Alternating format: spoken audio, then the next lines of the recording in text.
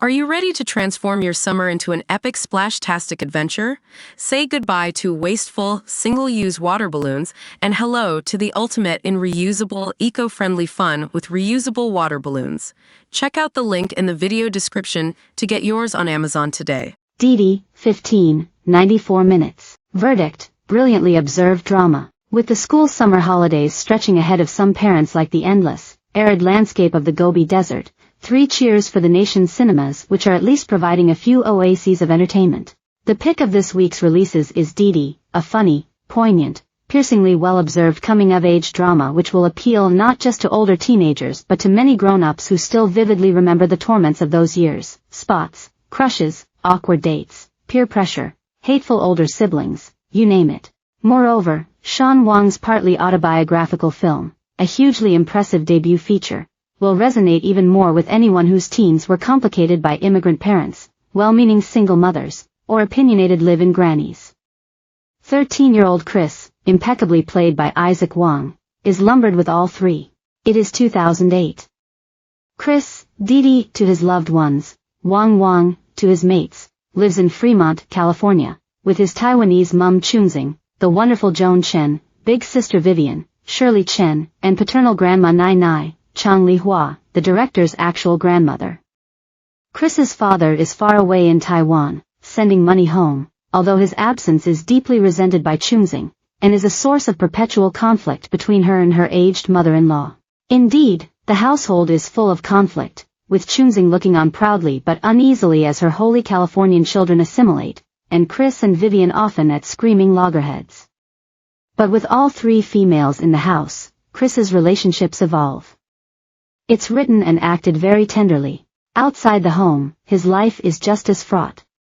He has a crush on his classmate Maddie, with exciting but also nerve-wracking hints that she might be receptive.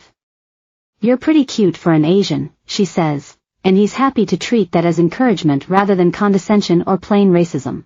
As for his male friendships, they ebb and flow, as Chris blunders his way through the fast-growing minefield of social media. At school he stands up to bullies, but that gets him into trouble.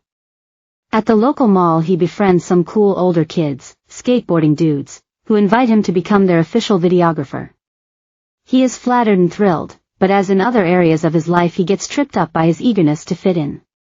It's not long before the wheels come off his skateboarding venture. Some of this is sad, some of it hilarious. But it is all thoroughly believable, terrifically engaging, and very shrewdly the director does not try to tie things up with pat resolutions, rejecting all the usual trajectories of rites of passage movies.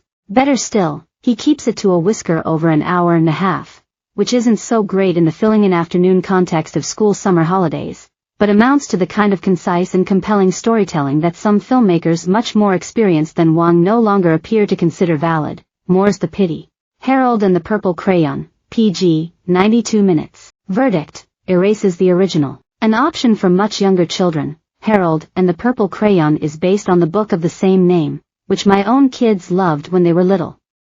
Carlos Saldanha's film, alas, makes scarcely any attempt to recreate its spirit. Crockett Johnson's charming 1955 tale told the story of a little boy who created a magical nighttime world with his purple crayon, returning safely home by drawing a window around the moon. The ending always elicited a satisfied sleepy sigh from our children, so 20 years on I hardly dare break it to them that the movie makes Harold, Zachary Levi, a goofy grown man, who befriends a boy called Mel, Benjamin Bettany, as he runs amok with his crayon in the real world.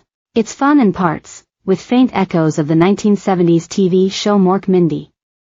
Zooey Deschanel, as Mel's widowed mum Terry, might have been cast for her resemblance to Pam Dauber, who played Mindy all those years ago. Jermaine Clement is a hoot as sly librarian Gary, who has the hots for Terry.